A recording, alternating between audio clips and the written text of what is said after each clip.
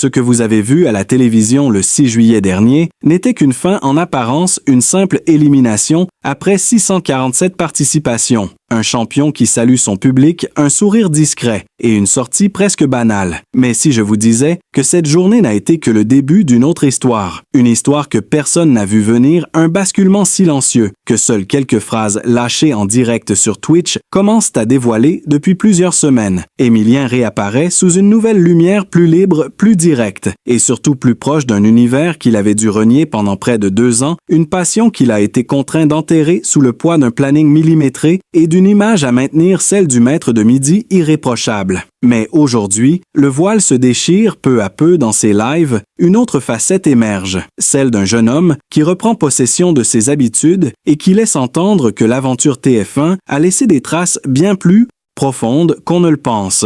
Il y a eu ce moment anodin en apparence où un viewer lui demande s'il compte faire du gaming en stream. Et là, sans hésitation, Émilien répond avec une sincérité désarmante qu'il n'a même pas touché une manette pendant toute son aventure sur les 12 coups de midi, une réponse qui semble anodine. Et pourtant, elle ouvre une brèche. Une brèche qui nous pousse à nous demander combien de choses ce champion a dû mettre entre parenthèses pour tenir la cadence pendant presque 2 ans. Combien de compromis, combien de sacrifices silencieux derrière ce visage calme. Et cette précision redoutable face aux questions, Jean-Luc Reichmann lui-même a évoqué à demi-mot la possibilité de le retrouver ailleurs, dans un autre cadre, avec d'autres règles, des collaborations qui se murmurent dans l'ombre, avec Étoile ou Samuel Etienne, comme si Émilien préparait en réalité une nouvelle aventure plus libre, plus personnelle, une reconquête de son propre rythme, loin des projecteurs calibrés de TF1.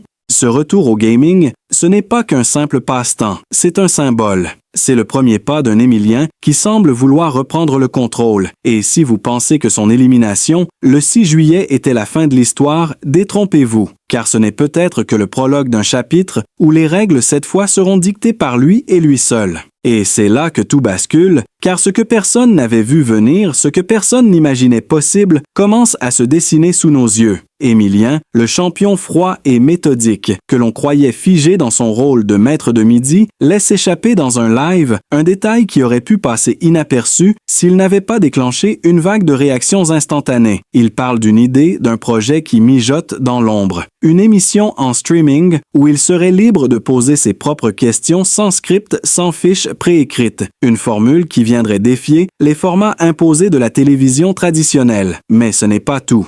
Il évoque aussi des discussions en coulisses, des échanges confidentiels, avec des figures inattendues, du paysage médiatique, des créateurs de contenu bien loin du cercle aseptisé de TF1. Et c'est là que les langues commencent à se délier. Car derrière ce ton posé, il y a des non-dits lourds, des compromis qu'il n'a jamais pu révéler pendant ses 647 émissions. Et ce que ses spectateurs fidèles commencent à comprendre, c'est qu'Émilien a peut-être été le visage d'un jeu, mais jamais le maître de ses propres règles. Lors de ce fameux live, un commentaire fuse demandant s'il envisage de collaborer avec d'autres personnalités. Et la réponse d'Émilien est immédiate, directe, presque trop franche. Il admet que des contacts ont été pris, mais pas uniquement avec des figures lisses du paysage audiovisuel. Non, il parle d'Étoile, bien sûr, mais aussi d'autres créateurs aux projets plus acides, plus irrévérencieux. Il parle d'un format où il pourrait enfin raconter l'envers du décor, où il ne serait plus tenu par les silences imposés. Une phrase surtout déclenche un raz de marée de réactions lorsqu'il lâche en riant que certaines consignes venues d'en haut l'avaient empêché de parler de certains sujets ou de certaines anecdotes, des révélations qui, en d'autres circonstances, auraient jeté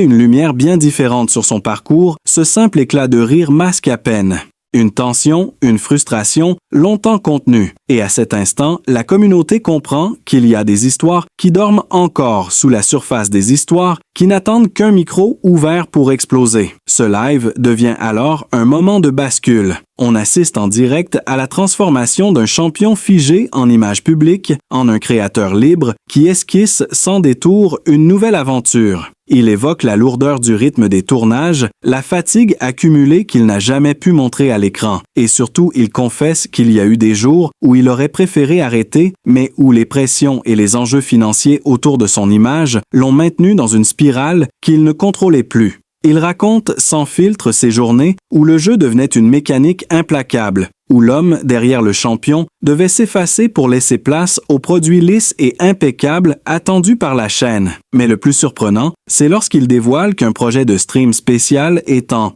préparation, un format inédit, où il compte dévoiler les coulisses véritables de son parcours. Un rendez-vous qui ne sera pas qu'un simple divertissement, mais une plongée brute dans les tensions, les censures et les non-dits accumulés pendant 2 ans. Il annonce vouloir inviter d'anciens candidats, mais aussi des techniciens, des personnes qui ont vu l'envers du décor et qui pourront apporter des témoignages qui risquent de faire grincer des dents à la production.